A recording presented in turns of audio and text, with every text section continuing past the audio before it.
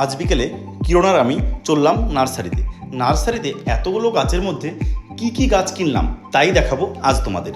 দেখতেই পাচ্ছ এই গাছগুলো কিনেছি, দুটো বেলি ফুলের গাছ, একটা কসমস, একটা আমড়া গাছ, একটা ফার্স্ট লাভ এবং টিকোমা। তো এই গাছগুলোকে আজকে সব পটিং করব। তার জন্য দেখতে পাচ্ছ সয়েল মিক্স করে নিচ্ছি। এর মধ্যে আছে গোবর সার, ভার্মি কম্পোস্ট এবং বাগানের ঝুরঝুরে মাটিগুলো মেশানোর পরে এগুলোকে সমস্ত পটে ঢুকিয়ে নিলাম। তারপরে গাছগুলো লাগাতে শুরু করলাম। প্রথমেই লাগালাম বেলি গাছ দুটো, তারপরে লাগালাম এই আমড়া গাছটার তোমার গ্রো ব্যাগটা খুলে সেটাতে মাটিতে ভালো করে ঢুকিয়ে লাগিয়ে দিলাম। এবং আমড়া গাছ লাগানোর পরে লাগালাম এই কসমস গাছটা।